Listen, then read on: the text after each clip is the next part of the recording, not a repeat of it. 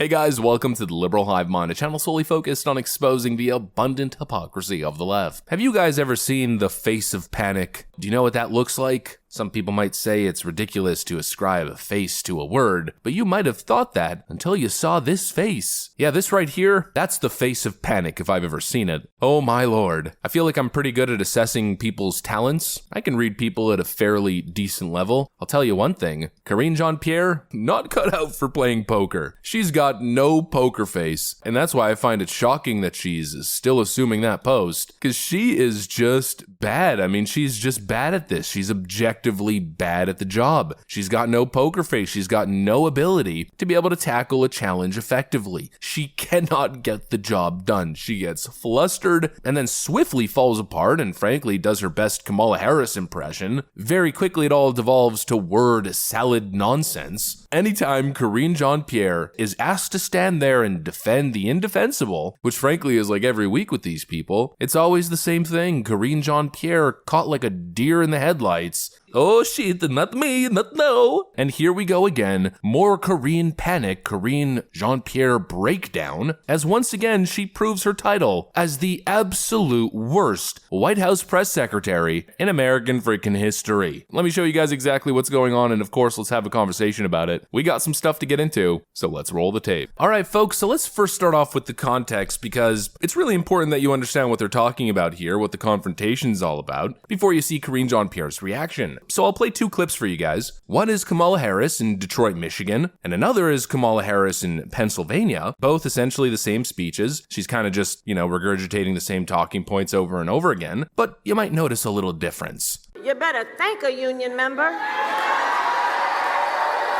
the 5-day work week. You better thank a union member for sick leave. You better thank a union member for paid leave. You better thank a union member for vacation time. Thank unions for sick leave. Thank unions for paid family leave. Thank unions for your vacation time.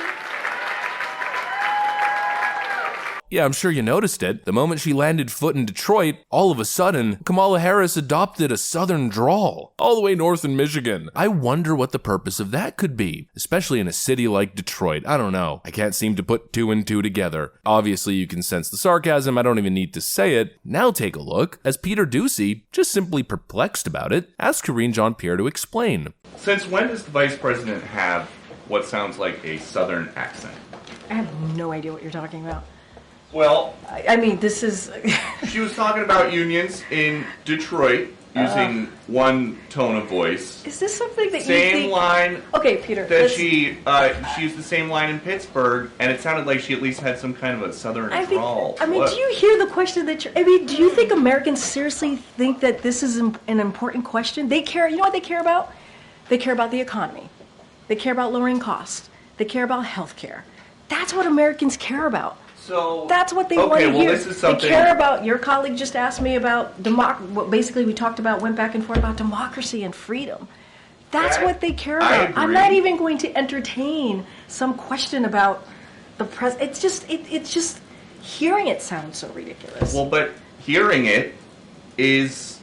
The question, I'm talking about the questions is just insane. Is that how she talks in meetings here? I'm just... Peter, we're moving on. We're still moving on. Go ahead, Anita.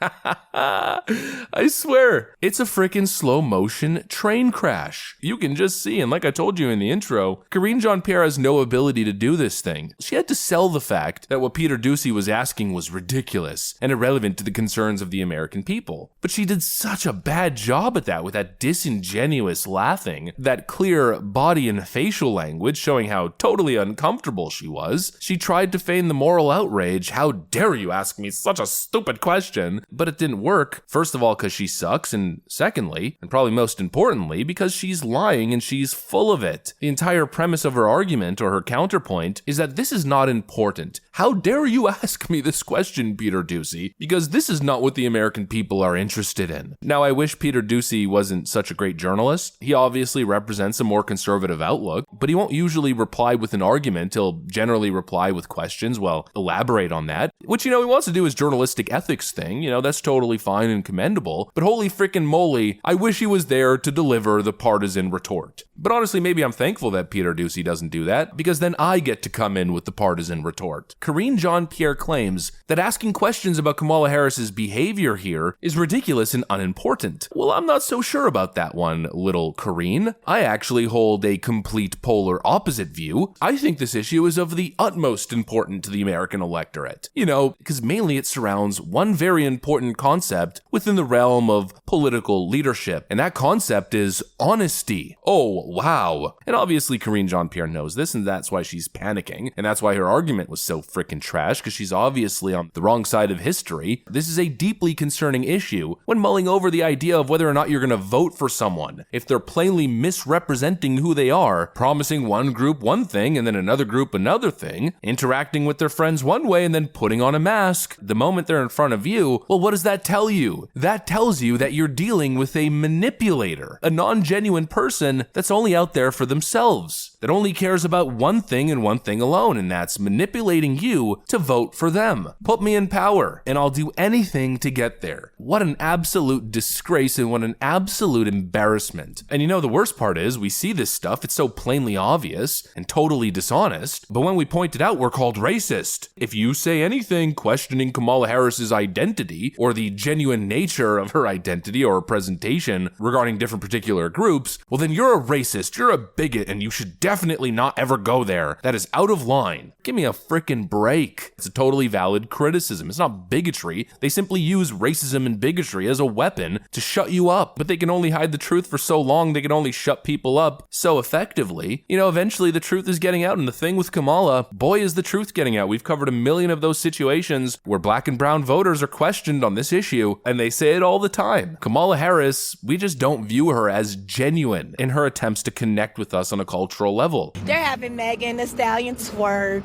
and all of that to gain, because they think that that's going to make us vote for them, and that's not. And that never got my vote. And that will never get my vote. Twerking, and I'm going to stand on that. Twerking did and not get my having vote. Meg Thee Stallion, first off, the song that she was even saying is very ignorant. It feel like she black when she want to be. I'm going to be honest. I'm just going to be honest. I feel that same. Wow. Yeah. She uses the black card when she have to. The cat's out of the frickin' bag. I mean, people see and perceive this for what it is, dishonest pandering. And look, maybe it has something to do with the fact that Kamala Harris is struggling to bring over voters of color. Pollster Rich Barris gives us the breakdown. A cascading effect. You'll see a little trend as time goes on, and then eventually the floodgates will open. That's what happens. That's how trends work. And it's because it's very easy to shame a younger black male who may be thinking about voting for Donald Trump if the shame is like 10-1. But it gets harder when it's 8-1, and it gets real hard when it's 6-1, which is the environment we're in now, where they just don't really care what their aunties think anymore, or they just won't talk about it with them, but they're going to go in there and they're going to vote, and they'll tell a pollster, nah, I'm going to vote for Trump this time. And actually, in our polling consistently, black voters have been among the highest likelihood to say they made a mistake from 2020. So among voters who did vote in 20, they're real honest, and they're like, look, I blew it, man. I was doing better. And it's about the money. It's about the economy, and it's also about immigration. They feel like that their community has been loyal to the Democratic Party for many, many, many, many years. And yet they're being treated like second-class citizens compared to illegal immigrants. And their schools are being filled up. Their neighborhoods are being filled up. And it's like, what about me? Only it's very justified. What about them? It's just not looking good. That's the reality. Kamala Harris, across all the polls that I've seen, is usually around that, high 60 to low 70 mark. And look, your initial reaction might be, well, that's a huge supermajority. But Joe Biden and other Democrats historically have polled close to 90% support of the black vote. That's a 20-point drop in just a couple of election seasons. The left calls you a bigot, a racist, for pointing out the obvious. But clearly, the obvious is quite obvious to a lot of freaking people. Everyone, I guess, except for Karine Jean-Pierre, who's so offended and outraged. How dare you ask me this question? What an absolute clown. She tried, but she's obviously in over her head. Anyways, that's pretty much what I got for you guys on this one. Hopefully you enjoyed the video. If you did, make sure to leave a like and possibly subscribe to the channel. Thanks for watching, and I'll see you on the next one.